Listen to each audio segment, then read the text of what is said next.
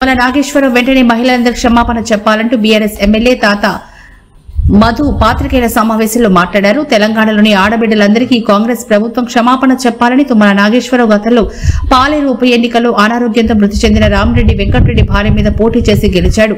కేసీఆర్ ఆశీస్సులతోటే మంత్రి పదవిని చేశాడు. ఇలాంటి మాటలు మాట్లాడబట్టి ఎన్నికల్లో ఓడిపోయాడు.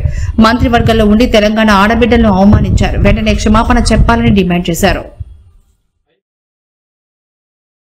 ఉన్నటువంటి తుమ్మల నాగేశ్వరరావు గారు పాలేరు బై ఎలక్షన్స్ లో ఎవరి మీద గెలిచారు? ఆ రోజు అనారోగ్యంతో చనిపోయినటువంటి రామిరెడ్డి వెంకటరెడ్డి గారి భార్య శ్రీమతి సునీతమ్మ గారి మీద ఆ రోజు ఆయన గెలవటం జరిగింది. మరి రామిరెడ్డి వెంకటరెడ్డి గారు చనిపోయకుండా ఉన్నట్టయితే ఆయన ఆ రోజు గెలిచేవారా? ఆ రోజు ఎమ్మెల్యే అయ్యేవారా? కేసీఆర్ గారి ఆశీస్సులతోని ఆ రోజు ఆయన ఈ రాష్ట్రంలో మంత్రిగా అయ్యారు బీఆర్ఎస్ యొక్క ఆశీస్సులతోని. ఇలాంటి మాటలు మాట్లాడతారనే ఆ రోజు ఆ తర్వాత ఎన్నికల్లో ఆయన ఓడించడం అనేది జరిగింది. నేను అడుగుతా ఉన్నా, మీరు ఈ రాష్ట్ర మంత్రి మండలిలో ఉండి ఈ రాష్ట్ర తెలంగాణ బిడ్డల్ని ఆడబిడ్డల్ని అవమానించేటువంటి నీచమైన స్థితికి దిగజారారు.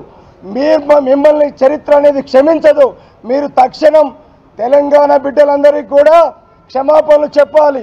ప్రత్యేకించి భర్తలు కోల్పోయినటువంటి తల్లులందరికీ కూడా స్త్రీమూర్తులందరికీ కూడా మీరు క్షమాపణ చెప్పాలని మేము డిమాండ్ చేస్తూ ఉన్నాం.